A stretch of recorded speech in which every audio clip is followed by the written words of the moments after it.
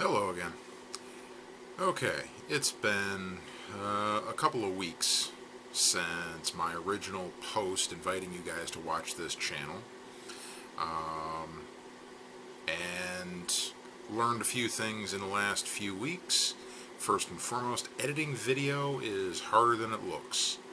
A week or so back, I recorded about an hour's worth of footage of the planning stages of my first project, which is going to be a kind of I called it in the video that I shot that you guys have not seen. I called it a haori, and I'm not sure the pronunciation on that, but it's roughly it's going to be a Japanese-inspired kimono-based hoodie. It's just something I've got rattling around up in my head, and I plan on turning it into a reality throughout a series of video posts and all that. I got sidetracked by the video editing. I got sidetracked by the flu, which really just throws everything out of whack. But I did not just waste the time. I've been working on the plans, the blueprints, the pattern for the garment that I'm planning. But since it's not following an established pattern, I'm making it up as I go along, and I know there's going to be a few steps where I have to construct the first few pieces of the garment, sew them together, and then be able to take measurements off that in order to determine, I don't know, how wide to make the sleeves in order to fit properly on the garment. I can calculate how long they need to be because my arms are not going to change in length. But once I make the main part of the jacket, then I'll be able to determine how far out it comes, how big around the arms need to be, things like that. So some of this is going to be trial and error as I actually make the garment. In addition to some of the planning stages, I've also procured a few better materials.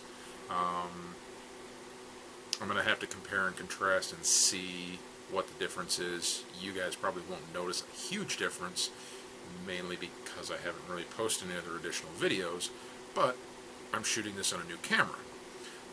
It's a decent point and shoot, 1080p or something like that for the video. Should be better to upload to YouTube than any of the little throwaway digitals I've had in the past. And I've also picked up some reference material.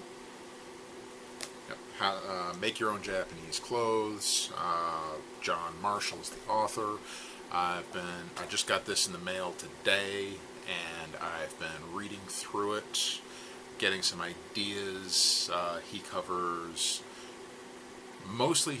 the traditional garments of kimonos, haoris, various jackets and things like that, the traditional construction methods, the traditional stitching, the traditional cloth, but then he amplifies it with modern versions include this. Modern fabrics, you might use these.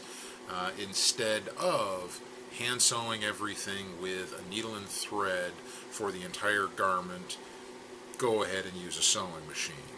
So he covers the traditional, the original, the proper way of making these garments, but then gives you some information and some ideas on how to modernize them and how to use them in an actual real-world scenario. So I'm looking forward to reading more in that and using that to continue to modify and adapt the plans for my jacket before I actually start cutting fabric, because once you start cutting, you're really locked in.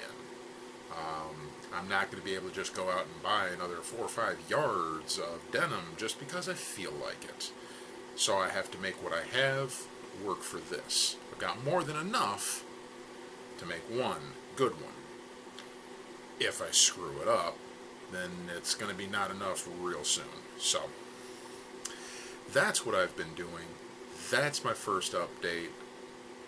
This is only a few minutes of me babbling on, but hey, if you stuck around this far, you must be interested, or you're possibly a little twitchy in the head. I don't judge. So, we'll go from there. I'm going to continue to read my books. I'm going to continue to make my plans. I'm going to put together as much of a pattern as I can in order to actually start constructing this garment. And then, hopefully, you'll see a little bit more than a talking head on your screen. Okay, we'll end it there, I think. Talk to you next time.